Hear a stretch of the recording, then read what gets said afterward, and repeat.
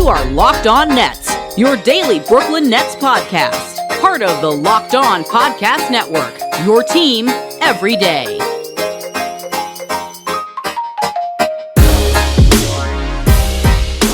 Brooklyn, yo.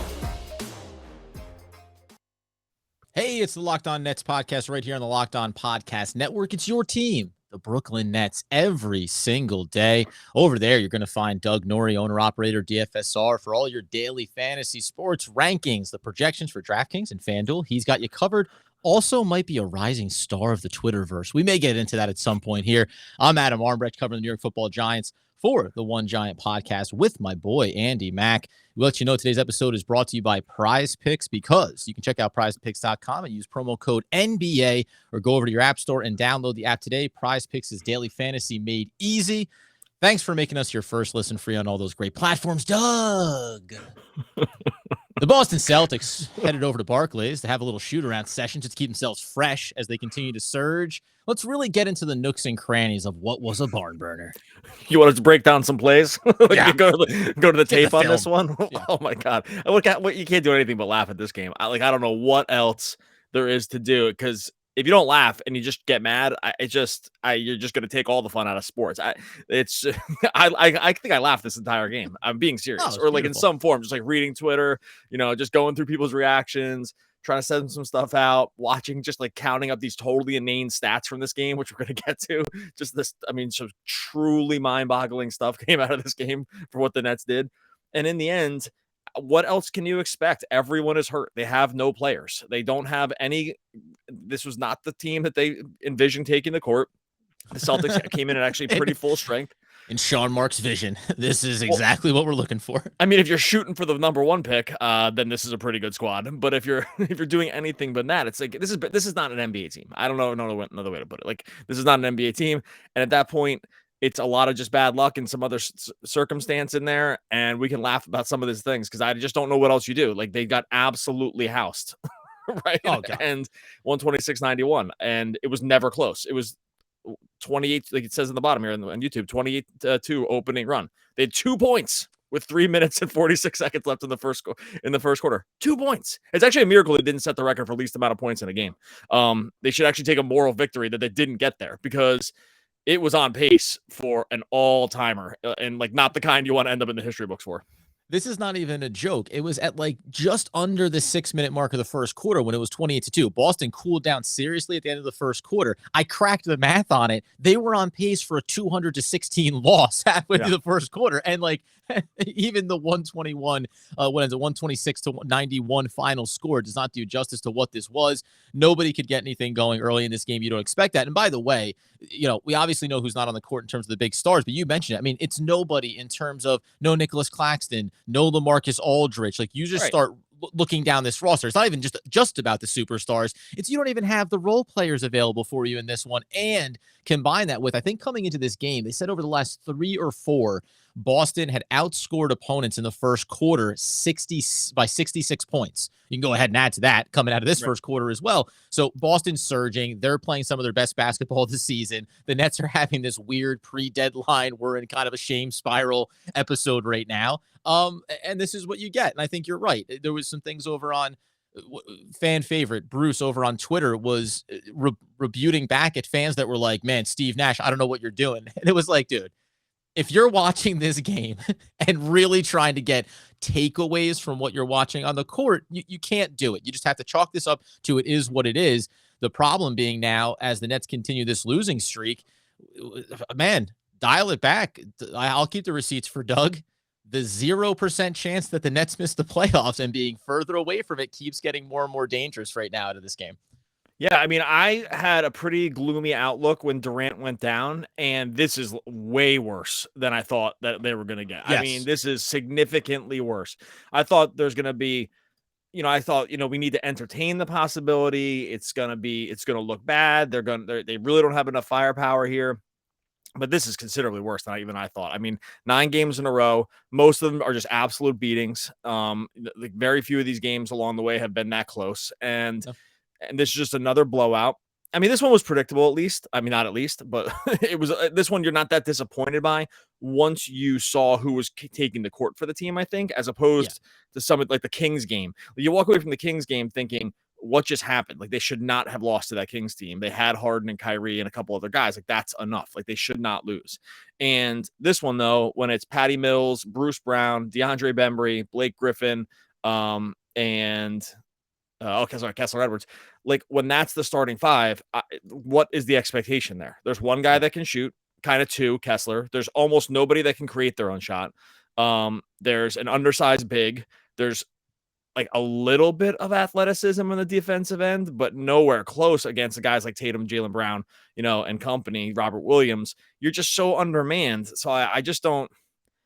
This line was -8.5 at some point, like early on, and I thought it's gonna get to double digits easy, but Celtics minus double digits, and it did. I think it ended at -11, and obviously that covered very, very easily. So it's just one of those things. Like, you can't. Okay, I'm with you. You cannot take a look at this game and look at anything else and blame anybody. Or there wasn't a move. There was no moves to be made. There's not a.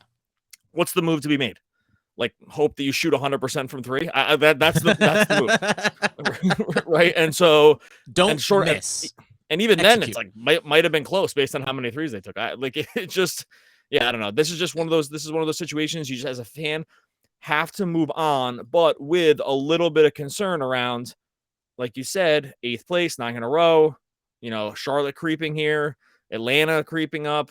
Wizards thankfully are probably going the tank because they lost Beal. That's actually one of the biggest things, is that the Wizards just shut down Beal for the season. That actually does make a pretty big difference for the Nets, because that just eliminates a team that was trying. And so I hate to even be looking at this stuff before the All-Star break, but that actually overall will end up helping the Nets, because they're going to go into the tank now.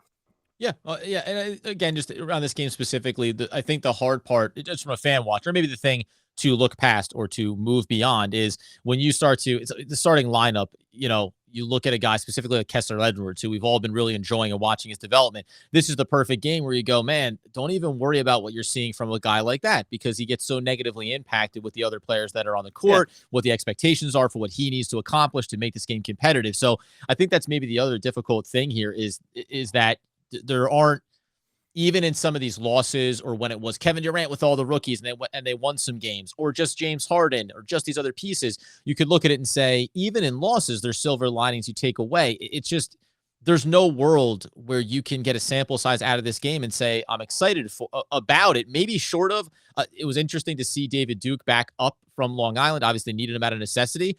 His development, he actually looks like, hey, he seems to be developing something. Out of college, he had a 3-point shot. He showed it off a little bit in this one. Didn't hit a high percentage, but knocked down a perimeter look, something that he had hesitated on. So, I mean, if I'm fishing for something, you can look to those things. But by and large, what I was watching was thinking about, obviously, I expected this game to be a loss. I know what's happening in the Eastern Conference. We know everything's swirling around this team right now, and it makes it really hard to not, I don't know, be in the minutia of it all, of like, hey, like, we're getting into hanging by a thread territory, and we all know that things can turn itself around here very quickly. You get past the deadline, whatever happens or does not happen, Kevin Durant gets back, and you can start to surge. But we highlighted this a number of episodes ago about how the timing of the return for Kevin Durant, whether or not Joe Harris can or can't get back, I think we're going to touch on him a little bit later in this episode too, those things start to butt up against a very tight timeline of saying, okay, you're back. Are you healthy? Because we also need to win 10 of the next 15 games here just to make sure that we're in a good place. And that goes back to the competitive nature of the Eastern Conference and what we've seen, especially around the Bostons and Atlantas of the world.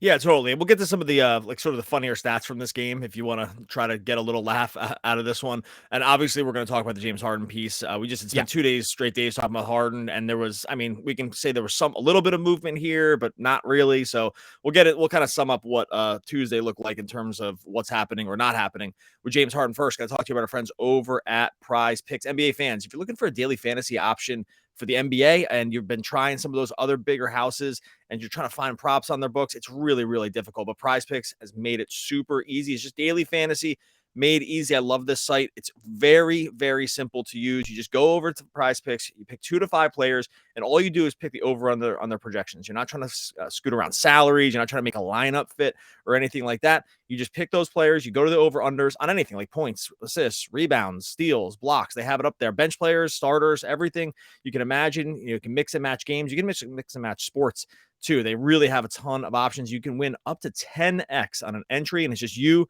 versus the projected numbers. It's safe. It offers fast withdrawals. You can download it on the App Store or Google Play. It Prize Picks, not just NBA either. You go combine NFL, MLB if they ever come back, soccer, MMA, and obviously NBA. You combine them all together. Like I said, mix and match them. They make it super easy. For a limited time, Prize Picks has an exclusive total no-brainer of an offer for all users. You're going to get $50 free if a player in your first Prize Picks entry scores a single point. But you got to use the code NBA. That's a total layup, folks, to use an NBA term that you might not have heard of, a layup. That's right. This is an exclusive offer available to Locked On fans.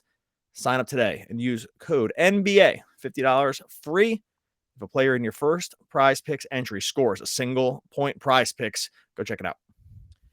And of course, you've made us, the Locked On Nets podcast, your first listen of the day. The second listen of the day is going to have to be coming up here on Thursday, tomorrow, February 10th, 3 p.m. That's the trade deadline for the NBA. And that means that the Locked On NBA podcast will be covering it live from 2 to 4. You got Kim Becker, John Carolus, Locked On Fantasy Basketball host Josh Lloyd, and of course, all the analysis from local experts around the league should these deals go down. Subscribe over on YouTube. Turn on your notifications. Don't miss out on that action. I would have tapped into the Nets pool here if you're trying to get one of those just, 50 free bucks. If anybody scores a point, that's a little bit dangerous for me. But you mentioned, let's have some fun coming out of this game because it's good to laugh, friends. We've talked about guys that are going to be on the trading block regardless of some of the bigger moves, right? The James Johnsons of the world. Hey, get Bruce Brown to waive the no trade clause. What is the function of Jevon Carter? Well, friends, in case you were wondering, this guy decided to bulk up and utilize 7 of his possible 3-point makes this season right out of the gate. 7 to 13. The guy's firing lasers in an absolute zero of a game. This could not have been more quintessential Jevon Carter relative to how we have perceived him as a Brooklyn Net. It was amazing. I couldn't believe it. I was blown away by it. I saw it happen in the first quarter, and I started counting every single one because it was as you said, an all-time troll job.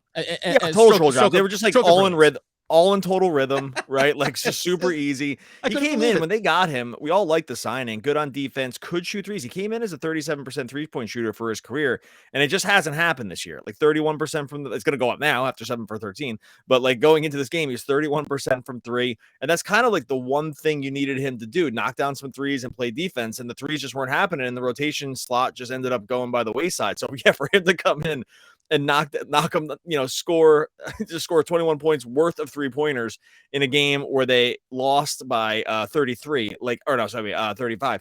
Like, what? I don't know what you say about it. He was, what's awesome about this too? I can't believe this. They lost 126 to 91. He was a +3. Like he was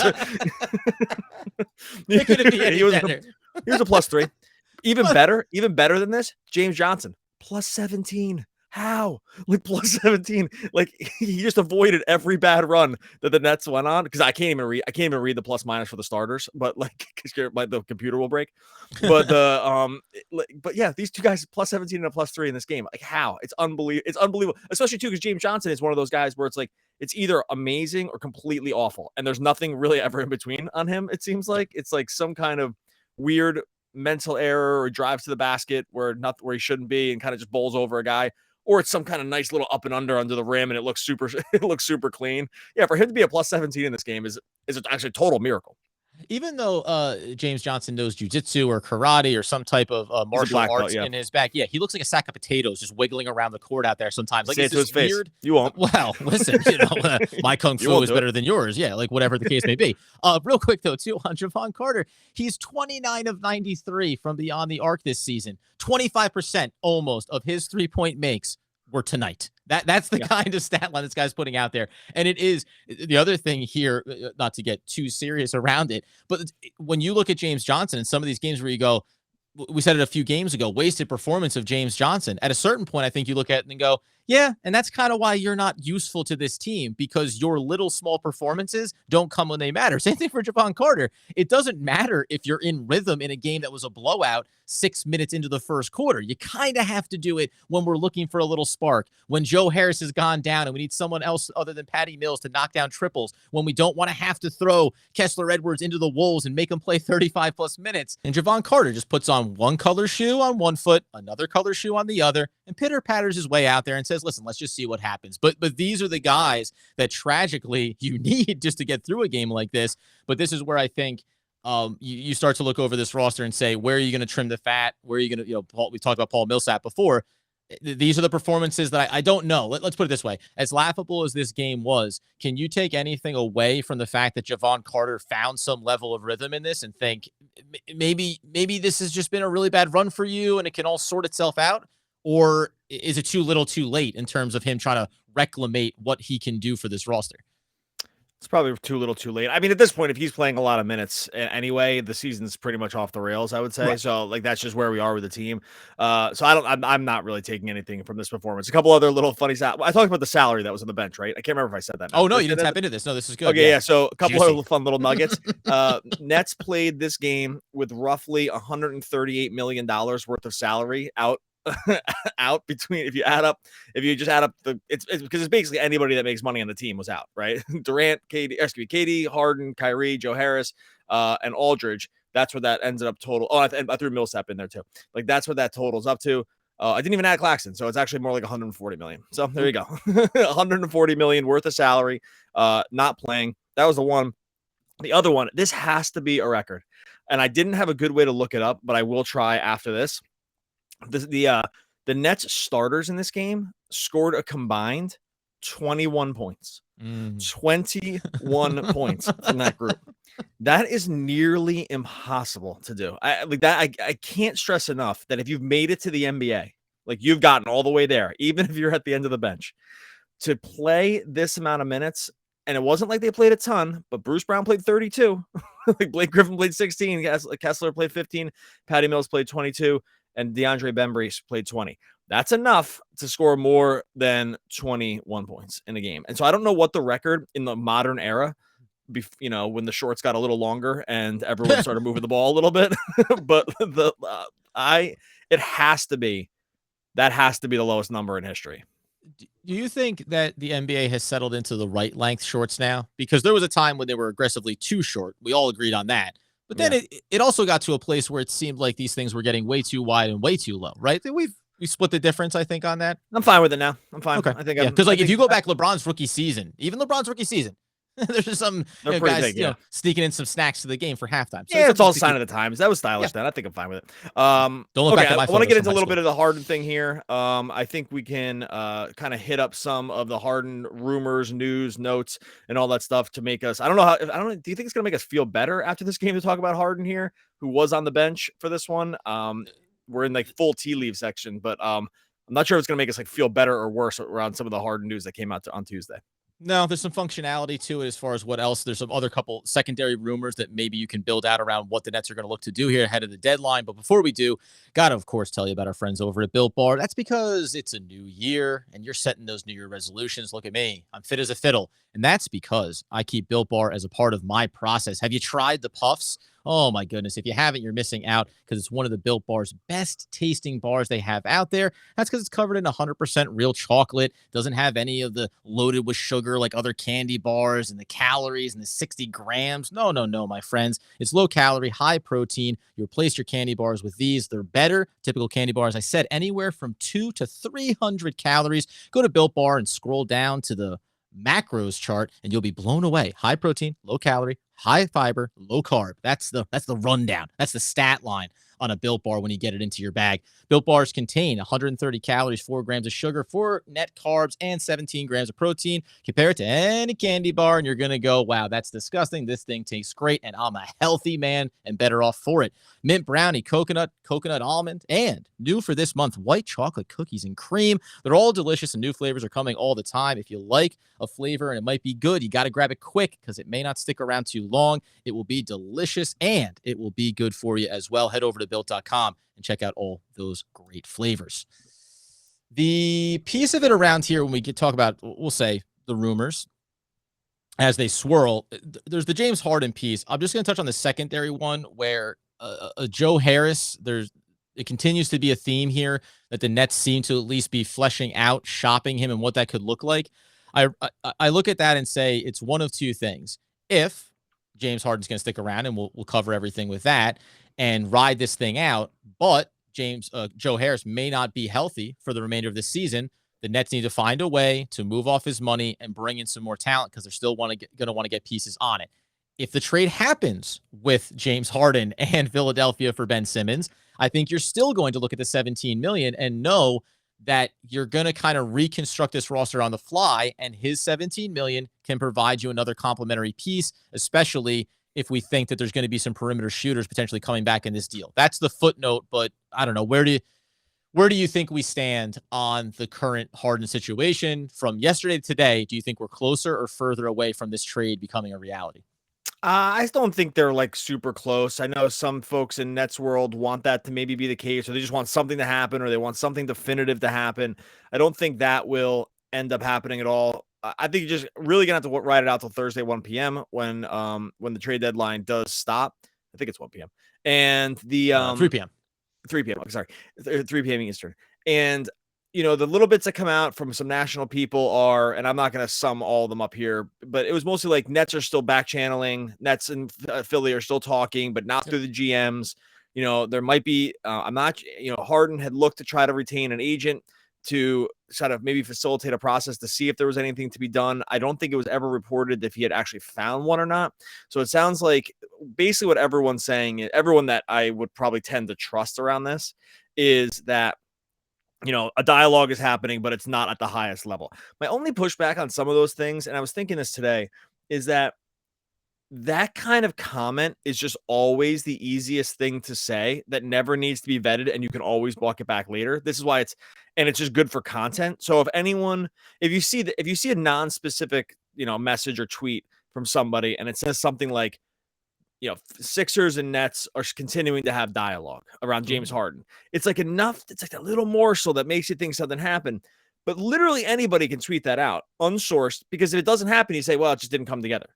Unlike when you get very specific around something and say, there's a Harden for Simmons. And I haven't seen anyone say this. I'm just making this up. But like, there's a Harden for Simmons deal on the table. We hear the Philadelphia is going to include Curry or something like that. That's super specific. And you kind of have to be accountable for that. The part where you hear, I'm hearing they're still talking. Dude, anybody can say that.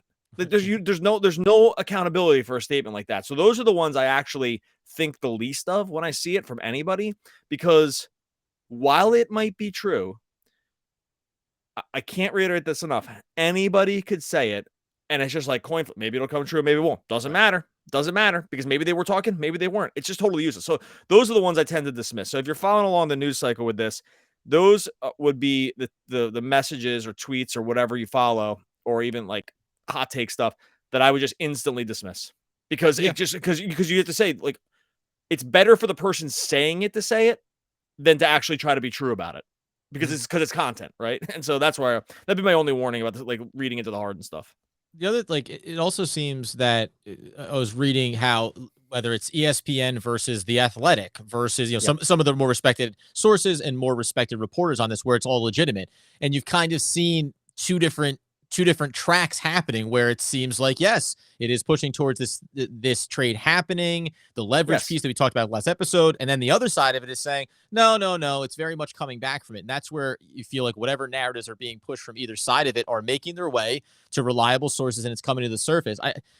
Shams Charania is represented by Ben Simmons' agent, Rich Paul, and Clutch. So like, and that's fine. Like, it's make all the money and do all the stuff. And Shams is great, and I'm actually not digging him here.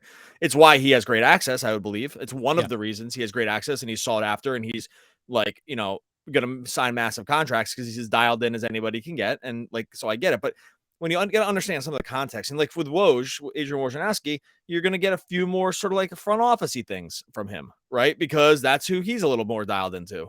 It's the actual front offices and stuff. So this isn't a hard line around this stuff, and you can get news from anywhere. That's what I just mean by caution. We'll make a prediction. We're on two. We'll do one of these today. We'll do one tomorrow too. Like, where do you stand? Like Harden right now, we're recording this 10:10 Eastern on Tuesday night. And we could probably maybe start getting out of this close to this, but like, is Harden a net after the trade deadline? After what everything you heard today? I don't think so. No, I Wow. think What changed your mind think about that? because if with the way that the season is going right now for the Nets, and knowing that we're looking at March for Kevin Durant to come back, if you're looking at James Harden and saying he's expressed being upset, disgruntled, etc., right? He's not happy with what's been going on and how there's still going to be more weeks of this. And if you look at the schedule and say, well, the Nets, I don't know, can they turn this thing around and go 500 over the next 15, 16 games? Maybe. There's no indication that they can do that without Kevin Durant. And there's no indication around what's going to happen with Joe Harris. So if you're the Nets and you've quelled his frustrations in the premise of, don't worry, we'll get healthy and it'll be good, but you still have another 15 games of bad times, there's no guarantee that Harden won't show up for those games. And if he's not showing up for the games, then you're not winning those games until Durant gets back. And then you're in a very difficult spot around the playoffs, the play-in game, and everything else that goes along with it. So if you're right now the Brooklyn Nets, I wonder if they look at it as, if we don't make a hard choice right now, we could be putting ourselves, one, in a very difficult spot in the offseason. Because the other reason why I think they should make it, and maybe this is should versus will they, is I don't think that $50 million a year on an extension is what you want to be dealing with James Harden. And you can make the case that survive this year and try to win the chip and deal with that later, but you're in a much worse off spot this offseason if you don't accomplish something right now. And in theory, the trade package that you can get back, whatever it may include, let's just assume it includes Ben Simmons and Seth Curry and whatever else happens with it. That's a high-level player that can do a lot of things defensively and help you on the fast break. It's a perimeter shooter that can help if you're not going to have Joe Harris. And I can see that team being highly competitive and capable if KD comes back and you have Kyrie, they can win a championship this year with a newly constructed roster. And maybe I just have more confidence in the potential of that, as weird as it sounds, given Ben Simmons' attitude, than I do over the current Harden one. And maybe I'll change my mind in the next 12 hours when more things come out. But there is a part of me that just feels like the best long-term move is to move off of Harden. So maybe it's worth doing it prematurely because you can maximize what you're going to be able to get in value in return. I will say the one thing that was the one reported piece this morning or this afternoon that I took like a little bit to heart around why it could happen was Zach Lowe. I believe he was the first one to say this, talked about how if the Nets saw that Philly was able to unload the Tobias Harris contract onto OKC. Yep. That would not happen now. That would happen in the offseason. Like, because this is OKC's thing, right? They just take contracts and then you give them some assets too, right? It's like 60 picks. You send the contract and you send some picks and like they play it out and they trade the guy later for something else. And that's kind of how they've been rolling the last couple of years. And if Philly did that, that will actually, because the whole thing about the sign and trade was that, Philly, the Nets have to help them, right? Like the Nets have to help them because they cannot get under the cap when it comes to Harden bringing him on almost under any circumstance, except if they ditched Harris's contract. And at that point, if they made that move, it would be sort of too late. Like they would be able to sign him. And so the reason I bring that up is because that piece, I would almost 100% guarantee was told specifically to Lowe to like pass that along. Because the other, and look, am I positive about this? No, but these management folks are super smart and they know how to use the media. We just went through the Woj and Shams thing, right? Like they know how to plant ideas without tampering. The way you plant ideas without tampering is you say it to a media member who will go on their podcast or their article or whatever, and they will say it. And you should say it. And they're not going to tell you who said it and whatever. And it's an idea, and the idea could be something you came up with. So this specific one did Lowe definitely get it? Maybe not. Maybe, it doesn't take much to just look at the salaries and kind of figure it out. But that one was one that kind of perks my ears up. That was actually the only thing I heard today that made me think, maybe they are a little closer to this, because that is the one trump card the Nets had in the situation was, even if you wanted to go to Philly, we have to help. Yep. We have to help. They have to help with the sign and trade, and you have to send something back. But if they don't have to, That does raise the stakes a little bit. And let me tell you right now, the other piece of it is in the offseason, 2 players, you mentioned one earlier who just got injured or got shut down for the year, which would take him off the table of maybe being a viable other option. Bradley Beal can be something that Philadelphia tries to visit. Dame Lillard can be something that Philadelphia tries to visit. The difference is those aren't guys that could play right now in this moment, whereas James Harden is. So that's the other piece of it. I whatever you're going to be able to accomplish, I think you're best suited to do it now. So this again is, it's maybe a little bit of saying, let's hedge our bets on this short-term thing to get ourselves better set up for the long term, because I don't think you want to be in that weird offseason scenario where Philadelphia, to your point, looks back at you and goes, oh no, turns out we can do almost whatever we want. And what if this is an awkward situation for Harden and he in the offseason he goes, I'll opt out. I know there's a money differential here. Guess what? I've made a ton of it, and I just want to get where I want to go, and I'll take a slight quote-unquote discount. Still going to be making an enormous contract. So that's the other piece of it. There's no guarantee that Harden is locked into this team long-term, even if that's the way the Brooklyn Nets want to go. So to me, it behooves the Nets to make what I think is a very difficult choice, a difficult acknowledgement of